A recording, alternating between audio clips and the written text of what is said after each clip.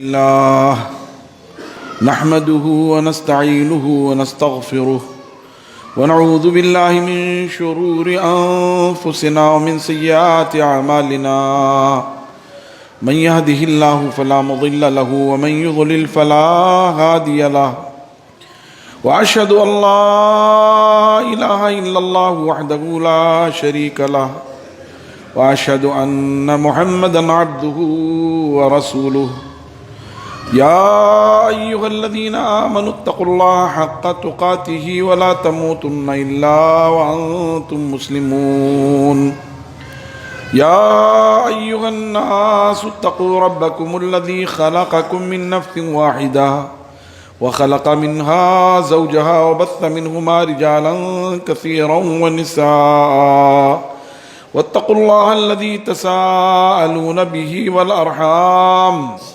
إن الله كان عليكم رقيبا يا أيها الذين آمنوا اتقوا الله وقولوا قولا سديدا يصلح لكم أعمالكم ويغفر لكم ذنوبكم ومن يطع الله ورسوله فقد فاز فوزا عظيما أما بعد فإن خير الحديث كتاب الله وخير الهدي هدي محمد صلى الله عليه وآله وسلم وشر الأمور محدثاتها وكل محدثة بدعة وكل بدعة ضلالة وكل ضلالة في النار أعوذ بالله السميع العليم من الشيطان الرجيم من همزه ونفخه ونفثه بسم الله الرحمن الرحيم قاف والقرآن المجيد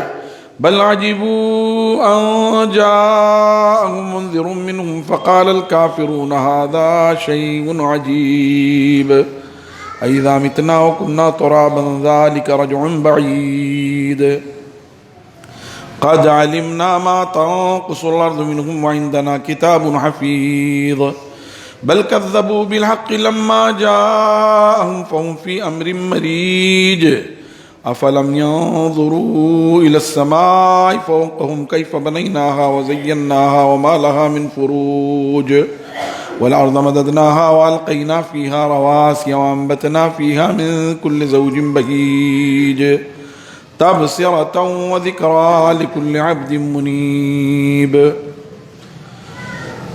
وقال تعالى يا بني آدم خذوا زينتكم عند كل مسجد وكلوا واشربوا ولا تسرفوا إنه لا يحب المسرفين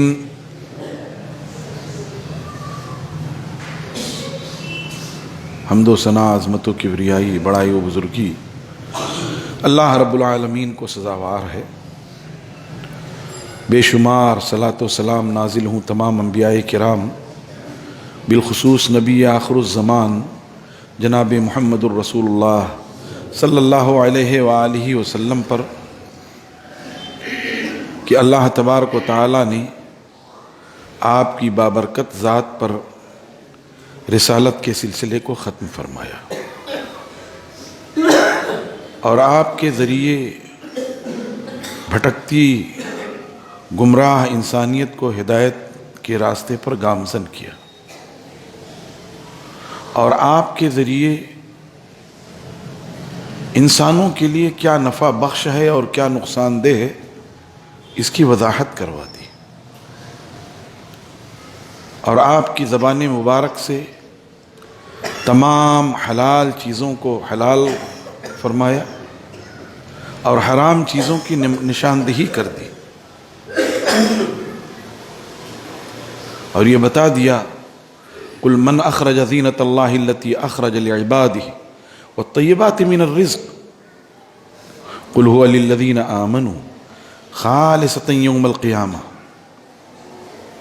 اے محمد الرسول صلی اللہ علیہ وسلم آپ ذرا ان کفار و مشرکین سے اور یہود و نصارہ سے یہ پوچھئے کس نے رب کی نازل کردہ زینت کو اچھائیوں کو حرام کر دیا ہے جو اس نے اپنے بندوں کے لیے اتارا ہے، اور کس نے پاک رزق کو حرام کر دیا ہے، یہ تو اس نے اپنے بندوں کے لیے نازل کیا ہے کہ وہ اسے کھائیں پئیں اور رب کا شکر ادا کریں، اور تمام پاک رزق اہل ایمان کے لیے ہے، اور اہل ایمان کے واسطے سے غیروں کے لیے بھی ہے دنیاوی زندگی میں۔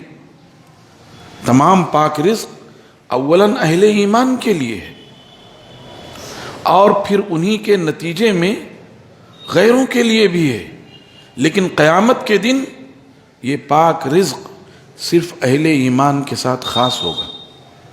قُلْ هُوَ لِلَّذِينَ آمَنُوا خَالِصَةً يَوْمَ الْقِيَامَةِ، اہل ایمان کے لیے ہے، اور تبعاً کفار و مشرکین کے لیے ہے، بلکہ بسا اوقات وہ ہم سے زیادہ مستفید ہو جاتے ہیں، ہم سے زیادہ فائدہ اٹھا لیتے ہیں، لیکن قیامت میں یہ صرف اہل ایمان کے لیے خاص ہوگا۔ یہی وجہ ہے کہ جب جہنمی لوگ جنتیوں سے کہیں گے افیضوا علینا من الماء او ما رزقکم اللہ، ارے بھائیو، جہنم کی گرمی سے ہم تباہ حال ہیں، گلا خشک ہو چکا ہے، حالات ناگفتہ بے ہیں، تھوڑا سا پانی ہمیں بھی دے دو، یا جو کھانے پینے کی چیز اللہ نے تمہیں دی ہے وہ ہمیں بھی دے دو۔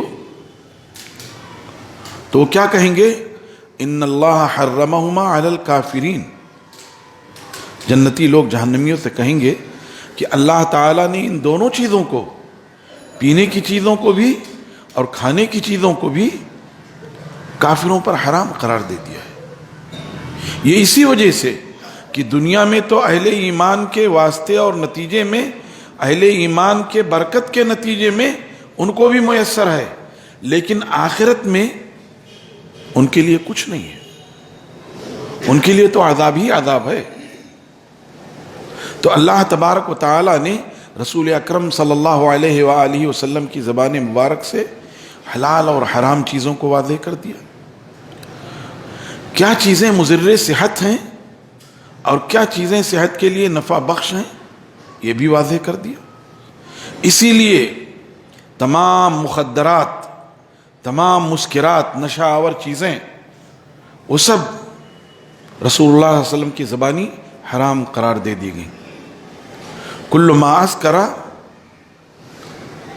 فقلیلہ فکثیرہ حرام، یا وہ چیزیں جو نشہ آور ہیں تو اس کا تھوڑا بھی حرام ہے۔ کل ما اسکر فقلیلہ حرام، یا ما اسکر کثیرہ فقلیلہ حرام، جس کا زیادہ نشہ آور ہے اس کا تھوڑا بھی حرام ہے، اس لیے کہ اس سے عقل میں فطور آتا ہے، اس سے اعضائے رئیسہ متاثر ہوتے ہیں، اس سے گردے، پھیپھڑے اور دل متاثر ہوتا ہے، رگوں میں زہریلے مادے شامل ہو جاتے ہیں، خون میں زہریلے مادے شامل ہو جاتے ہیں، آدمی کی جو صلاحیت اور جو نشاط ہے وہ متاثر ہو جاتی ہے۔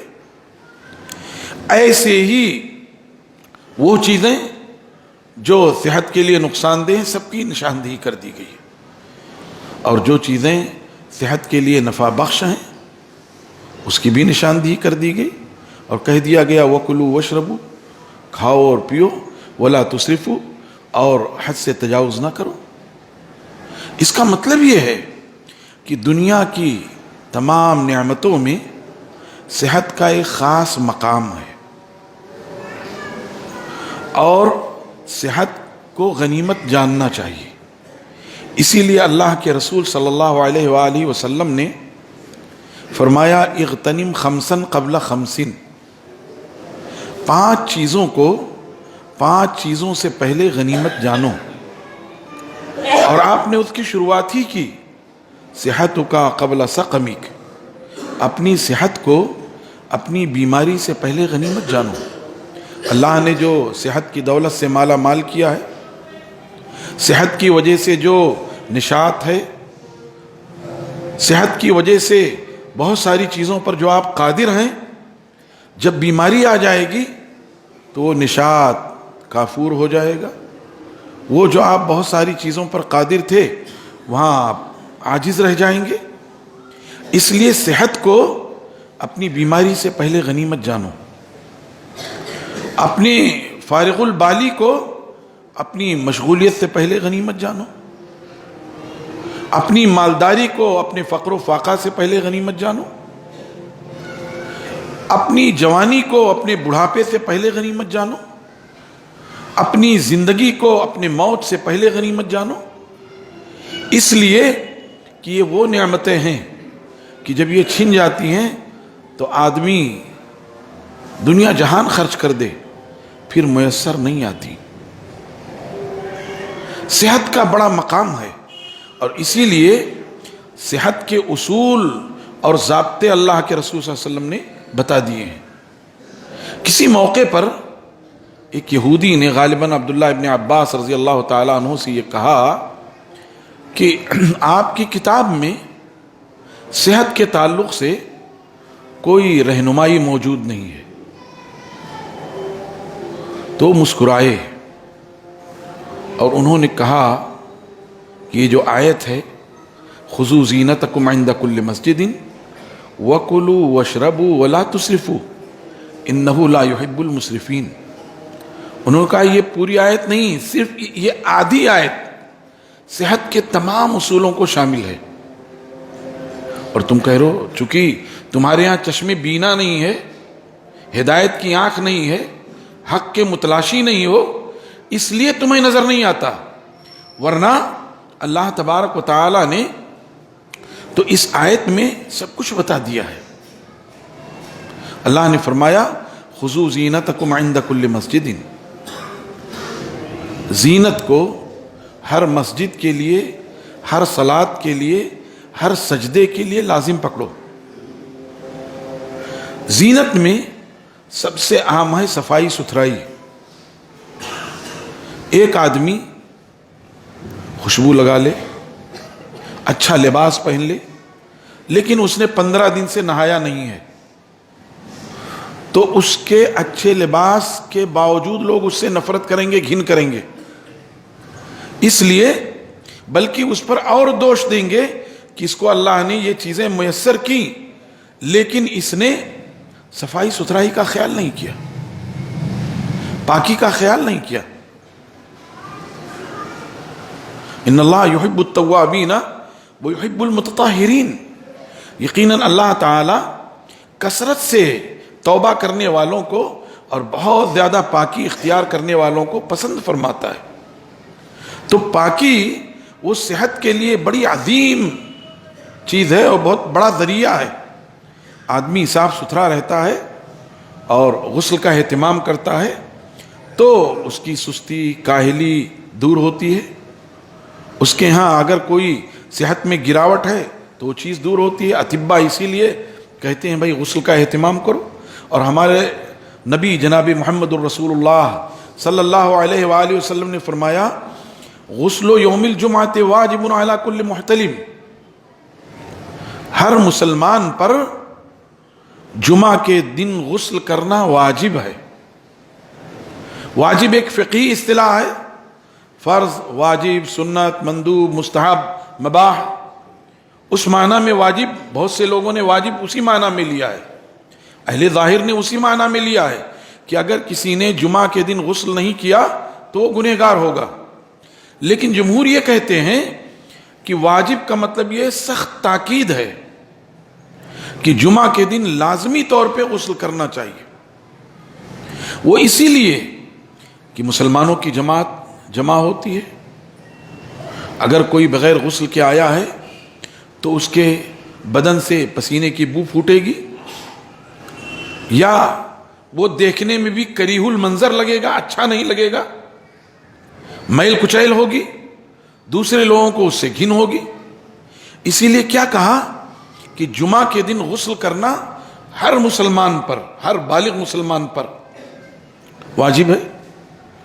وہ اسی لیے تاکہ آدمی جب غسل کا اہتمام کرے گا تو اس کی صحت اچھی ہوگی، اللہ کے رسول صلی اللہ علیہ وسلم نے فرمایا کہ جمعہ کے دن اپنے کپڑوں میں سے جو اچھے کپڑے ہوں انہیں پہن کر کے آؤ.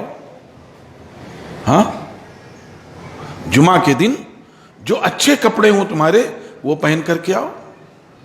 اب آپ سمجھ سکتے ہیں اچھے کپڑے، آپ کہیں جاتے ہیں تو کون سا اچھا کپڑا استعمال کرتے ہیں، اور جب اللہ تعالیٰ کے گھر میں آتے ہیں تو کون سا کپڑا استعمال کرتے ہیں، وہ آپ سمجھ لیجیے. خاص طور سے فجر میں جس انداز میں ہم مسلمان اللہ تعالیٰ سے اپنا تعلق قائم کرنے آتے ہیں، جبکہ کیا کہا گیا، وَقُرْآنَ الْفَجْرِ إِنَّ قُرْآنَ الْفَجْرِ كَانَ مَشْهُودًا، اور فجر کے وقت پڑھنا، تلاوت کرنا، اور فجر کے پڑھنے کی گواہی دی جاتی ہے. اور کیا کہا گیا کہ جس کے فجر کی 2 سنتیں چھوٹ گئیں گویا اس کے اہل و عیال اس سے کاٹ دیے گئے. فجر کا یہ مقام ہے. فجر میں ہم کس طرح سے آتے ہیں، کتنی سلوٹیں لے کر کے اپنے لوزر پہ آتے ہیں، اور وہی پہنے پہنائے ہفتوں کی آتے ہیں کہ اگر آپ کے پیچھے کوئی نماز پڑھ رہا ہو تو اس کی نماز خراب ہو جائے. اور اللہ تعالیٰ کیا کہتے ہیں، خُذُوا زِینَتَکُمْ عِندَ کُلِّ مَسْجِدٍ، زینت کو لازم پکڑو ہر مسجد کے وقت. اس میں مسجد سے مراد مسجد بھی ہے، مسجد سے مراد صلاۃ کا وقت بھی ہے، مسجد سے مراد سجدہ بھی ہے، اس کے لیے لازم پکڑو. جب آدمی صفائی ستھرائی کا، لباس کا اہتمام کرے گا تو خود بخود اس کے یہاں نشاط آئے گا، تیزی آئے گی، حرکت آئے گی، خوشی اور مسرت آئے گی. اور اس کے ساتھ اللہ کے رسول صلی اللہ علیہ وسلم نے کیا فرمایا کہ جو جمعہ میں حاضر ہو چاہیے کہ وہ تیل یا خوشبو وغیرہ لگا لے. خوشبو سے بھی روح میں بالیدگی پیدا ہوتی ہے، روح میں تراوٹ آتی ہے، اچھا لگتا ہے.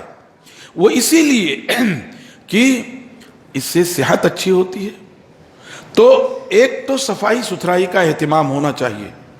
ہمیں اپنے محلوں کا جائزہ لینا چاہیے. کئی دفعہ ایسا ہوتا ہے ہمارے گھر کے دروازے پر گٹر کھلا ہوا ہے، اس کی وجہ سے گھر میں بیماریاں آتی ہیں. بھئی اس میں پانی بہ رہا ہے، کچرا بہ رہا ہے، گندگی بہ رہی ہے، اس میں جراثیم ہیں، گھر فوراً دروازہ سامنے ہی ہے، وہ جراثیم اڑتے ہیں، اور 1 2 نہیں کروڑوں کی تعداد میں اڑتے ہیں اور متاثر ہوتے ہیں. پورا شہر متاثر ہوتا ہے. ابھی اگر میں یہ کہوں کہ مالیگاؤں میں کھانسیوں کی بہار آئی ہوئی ہے تو شاید مجھ سے اکثر لوگوں کو اختلاف نہیں ہوگا. اس میں اس کا دخل ضرور ہے کہ ہم لوگ صحت کے سلسلے میں لاپرواہ واقع ہوئے ہیں، لاپرواہی کا شکار ہیں. یہ صحیح ہے کہ بیماریوں میں بذات خود تعدی نہیں ہے، بیماری خود سے کسی کو لگ جائے یہ صحیح ہے نہیں ہے. اللہ کے رسول صلی اللہ علیہ وسلم نے فرمایا لا عدوى ولا طیرۃ ولا سفر ولا حامہ، کہ خود سے تعدی ہو بیماریوں میں، ایسا نہیں ہے. لیکن وہ بیماری اللہ کی مشیت سے دوسروں کو لگ سکتی ہے. جو نظام ہے خود اس بیماری میں آگے بڑھنے اور پیچھے گھٹنے کی صلاحیت نہیں ہے، یہ صحیح ہے.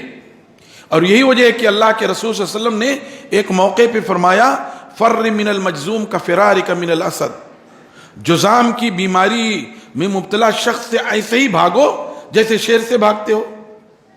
اور اللہ کے رسول صلی اللہ علیہ وسلم کی خدمت میں ایک وفد آیا. اس وفد میں ایک صحابی تھے معیقیب رضی اللہ عنہ، وہ جذام کی بیماری میں مبتلا تھے. انہیں بہرحال تکلف تھا ذرا سا.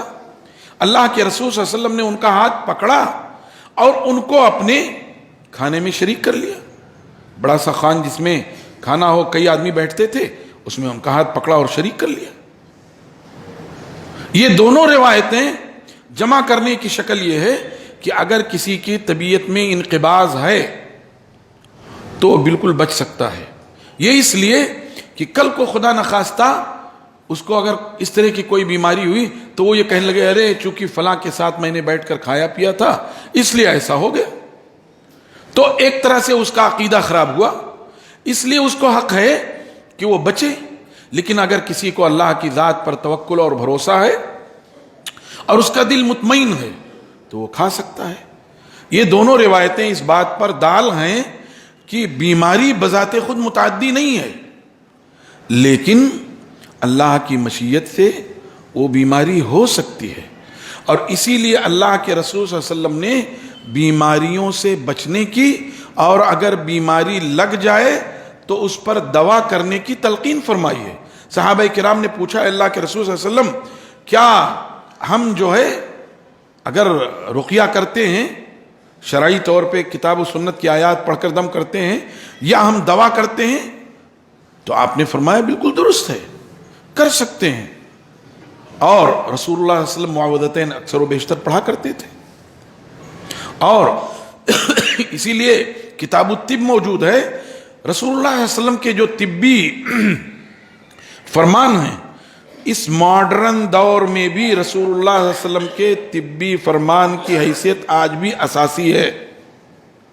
کوئی ایک بھی دیکھیے اللہ کے رسول صلی اللہ علیہ وسلم نے حجامہ کے تعلق سے فرمایا، حجامہ آپ نے خود پوچھنا لگوایا اور پوچھنا لگوانے کی تلقین کی۔ ایسے ہی رسول اللہ صلی اللہ علیہ وسلم نے یہ جو داغتے ہیں پہلی فرصت میں اس کو آپ نے درست نہیں کہا، لیکن جب کوئی چارہ کار نہ ہو تو آپ نے فرمایا کہ بہترین چیز جس سے آپ دوا کرتے ہو یہ داغنا بھی ہے۔ یہ جو تھراپی ہوتی ہے وہ کیا ہے، شوق دیتے ہیں، وہ اس کی ماڈرن شکل ہے۔ اگر رسول اللہ صلی اللہ علیہ وسلم کے ایک ایک فرمان کو دیکھ ڈالیے آپ، ایک ایک فرمان، جیسے ابھی علاج بالمثل پیتھی میں ایک علاج بالمثل ہے۔ علاج بالمثل کیا ہے؟ جیسے کسی کو ٹھنڈک لگ گئی ہے تو کہتے ہیں کہ اس کو کھجور اور کھیرا، ککڑی، تربوز، خربوزہ ملا کے کھا لینا چاہیے۔ کھجور گرم ہے اور خربوزہ اور تربوز اور ککڑی یہ ٹھنڈی ہے، تو یہ اس کی گرمی کو مار دیتی ہے اور وہ اس کی ٹھنڈی کو مار دیتا ہے، اور یہ معتدل ہو جاتی ہے، اور اس طریقے سے انسان کو فائدہ ہو جاتا ہے۔ اگر رسول اللہ صلی اللہ علیہ وسلم کے طبی نسخہ جات بیان کیے جائیں تو کئی جمعہ چاہیے، محدثین رحمۃ اللہ علیہم اجمعین نے کتاب الطب باقاعدہ اکثر حدیث کی کتابوں میں یہ چیز ملے گی۔ تو صحت کے اعتبار سے بھی، صفائی ستھرائی کے اعتبار سے صحت کی بڑی عظمت ہے۔ ایسے ہی صحت کی بقا کے لیے ضروری ہے کہ لوگوں کو بھرپور نیند ملے، اسی لیے اللہ تبارک و تعالی نے نیند کو خصوصی نعمت قرار دیا ہے۔ وَجَعَلْنَا نَوْمَكُمْ سُبَاتًا وَجَعَلْنَا اللَّيْلَ لِبَاسًا، اور کیا فرمایا اللہ؟ وَجَعَلْنَا اللَّيْلَ وَالنَّهَارَ آیَتَيْنِ فَمَحَوْنَا آیَةَ اللَّيْلِ وَجَعَلْنَا آیَةَ النَّهَارِ مُبْصِرَةً لِتَبْتَغُوا فَضْلًا مِّن رَّبِّكُمْ وَلِتَعْلَمُوا عَدَدَ السِّنِينَ وَالْحِسَابَ وَكُلَّ شَيْءٍ فَصَّلْنَاهُ تَفْصِيلًا۔ تو اللہ تعالیٰ نے نیند کی بڑی اہمیت بتائی ہے، اور اسی لیے دیکھیے اللہ کے رسول صلی اللہ علیہ وسلم نے عشاء سے پہلے سونے کو ناپسند فرمایا ہے، اور عشاء کے بعد بلا وجہ جاگنے کو ناپسند فرمایا۔ چند مخصوص حالات ہیں، وہ بھی عارضی طور پہ، مستقل نہیں۔ میاں بیوی آپس میں گفتگو اگر عشاء بعد کر رہے ہیں، کچھ اسی کھیل کی بات ہوئی، عارضی بات ہے۔ کوئی مہمان آ گیا تو اجازت ہے، دو فریقوں میں ٹکراؤ ہے، مصالحت کے لیے اجازت ہے، علمی مسئلہ سیکھنے کے لیے، دین سیکھنے کے لیے اجازت ہے۔ ایسے چند مخصوص حالات ہیں، بقیہ گپ شپ کرنے کے لیے، چائے خانوں میں بیٹھنے کے لیے، ایک کمرہ دوستوں نے مل کر لے لیا، کلب بنا لیا، اس میں 2 بجے رات تک تاش کھیلنے کے لیے اور ادھر ادھر کی باتیں کرنے کے لیے، اللہ کے رسول صلی اللہ علیہ وسلم کو یہ سب ناپسند ہیں، اور ہم مسلمان اعلیٰ درجے کے مسلمان لگتے ہیں اور رسول اللہ صلی اللہ علیہ وسلم کی ناپسندیدہ چیزوں کا ارتکاب کرتے رہتے ہیں، پھر بھی سب سے اونچے مسلمان لگتے ہیں۔ کیسے مسلمان ہیں؟ جو رسول اللہ صلی اللہ علیہ وسلم کی ناپسندیدہ چیزوں کا ارتکاب کرے وہ کیسے مسلمان ہوا؟ یہ اس لیے کہ صحت ملنی چاہیے، اچھی صحت ملنی چاہیے، اچھی نیند ملنی چاہیے۔ کم از کم ایک صحت مند شخص کے لیے 7 گھنٹے نیند چاہیے، بعض لوگوں نے 8 گھنٹے بھی کہا ہے، اور اسی لیے اگر آدمی عشاء کے بعد فوراً سو جائے تو فجر میں وہ ایک دم تر و تازہ ہے. ہم لوگ 2 بجے تک جاگتے ہیں، 8 بجے 9 بجے تک اٹھتے ہیں اور پھر اللہ تعالیٰ پر احسان کرتے ہوئے بڑے اہتمام سے فجر کی نماز پڑھتے ہیں. ایک آدھ مرتبہ ہو تو شاید گنجائش ہے، لیکن جس کا مستقل یہ معمول ہے اس کو یہ ڈرنا چاہیے کہ کہیں اللہ تعالیٰ اس کی نماز کو اس کے منہ پر مار نہ دے. کبھی اتفاقاً اگر ایسا ہو گیا ہے، سفر سے آیا، اچانک کوئی غیر معمولی حادثہ ہو گیا اور نہیں سو سکا اور سو گیا اور وہ 9-10 بجے اٹھ کر کے پڑھ رہا ہے تو اتفاق ہے. لیکن مستقل جو معمول بنا لیتے ہیں ہمارے نوجوان، مستقل معمول بنا لیتے ہیں، مجھے ڈر یہ ہے کہ کہیں ان کی نمازیں ان کے منہ پر مار نہ دی جائیں. تو صحت کے لیے بھرپور نیند ضروری ہے. ایسے ہی صحت کے لیے مناسب غذا کا اہتمام ضروری ہے اور مناسب مقدار ضروری ہے صحت کے لیے. اسی لیے کیا کہا؟ وَكُلُوا وَاشْرَبُوا وَلَا تُسْرِفُوا، کھاؤ پیو اور حد سے تجاوز نہ کرو، اسراف نہ کرو. اللہ کے رسول صلی اللہ علیہ وسلم نے فرمایا کہ آدمی اپنے پیٹ کے 3 حصے کر لے، ایک حصے میں کھائے، ایک حصے میں پیے اور ایک حصہ سانس لینے کے لیے رکھے. ہم لوگوں سے بنیادی غلطی یہی ہو جاتی ہے، اگر کھانا مزاج کے مطابق نہیں ہوا تب تو ٹھیک ہے 3 حصہ کر لیا، لیکن اگر کھانا بہت اچھا مل گیا تو تینوں حصوں کو کھانے میں سمیٹ لیا. پانی کے لیے اور ہوا کے لیے بھی جگہ نہیں چھوڑی، حتیٰ بلغت القلوب الحناجر، گلے تک کھا لیا. اب وہ گیس کی تکلیف ہے اور ڈکار ہو رہی ہے اور نہ جانے کیا کیا، اور جو پیٹ کے سلسلے میں آزمایا گیا سمجھ لیجئے کہ وہ بیماریوں کا گھر ہو گیا. جس کا پیٹ محفوظ ہے بیماریوں سے، بڑی بڑی بیماریوں سے وہ بچا رہے گا. زیادہ کھا لیا چربی بنے گی، کولیسٹرول ہو جائے گا اور بلڈ پریشر ہو گیا، بے اعتدالی کی شوگر ہو جائے گا، بے اعتدالی کی گردے متاثر ہو جائیں گے، پھیپھڑے متاثر ہو جائیں گے اور جگر متاثر ہو جائے گا، اعضائے رئیسہ متاثر ہو جائیں گے. اسی لیے اطباء خود پیٹ کے سلسلے میں خاص طور سے بڑی ہدایت دیتے ہیں، اور ظاہر ہے یہ سب رسول اللہ صلی اللہ علیہ وسلم کی تعلیمات سے ہی ماخوذ اور مستفاد ہیں. تو کھانے پینے کے سلسلے میں بھی ہمارے ہاں بڑی بے اعتدالی ہوتی ہے. اسی وجہ سے ٹھنڈی کے موسم میں ٹھنڈی غذاؤں سے اجتناب، گرمی کے موسم میں گرمی غذاؤں سے اجتناب ہونا چاہیے. ٹھنڈے موسم میں گرم غذائیں اور گرم موسم میں ٹھنڈی غذائیں استعمال کی جائیں، وہ صحت کے لیے مفید ہیں. اور آپ دیکھیے اللہ تعالیٰ کی قدرت کاملہ دیکھیے کہ موسم کے جو پھل ہیں نا وہ کس انداز میں، موسم کے پھل جو ہوتے ہیں وہ اس موسم کے لیے مکمل سازگار ہوتے ہیں. گرمی کے موسم میں تربوز، خربوزہ اور اس طرح کی چیزیں، اور ٹھنڈی کے موسم میں وہ چیزیں جو مطلب گرم ہوں جیسے انجیر وغیرہ، اس طرح کی چیزیں. یہ اللہ کی قدرت کاملہ کی دلیل ہے. یہ دلیل ہے کہ اللہ تعالیٰ ہی خالق کائنات ہے. یہ دلیل ہے اس بات کی کہ اللہ تعالیٰ ہی صانع کائنات ہے. اس نے سارا نظام سیٹ کر دیا ہے. ہم سے کوتاہی ہوتی ہے اور جب ہم لاپرواہی کرتے ہیں، ہم بے اعتدالی سے کام لیتے ہیں تو پھر صحت ڈاؤن ہو جاتی ہے اور پھر آدمی صحت کے ہاتھوں مجبور ہو جاتا ہے. اللہ کے رسول صلی اللہ علیہ وسلم نے فرمایا المؤمن القوی خیر من المؤمن الضعیف وفی کل خیر. طاقتور مومن کمزور مومن سے بہتر ہے اور دونوں میں بھلائی ہے، لیکن طاقتور مومن جو ہوتا ہے وہ اچھا ہے.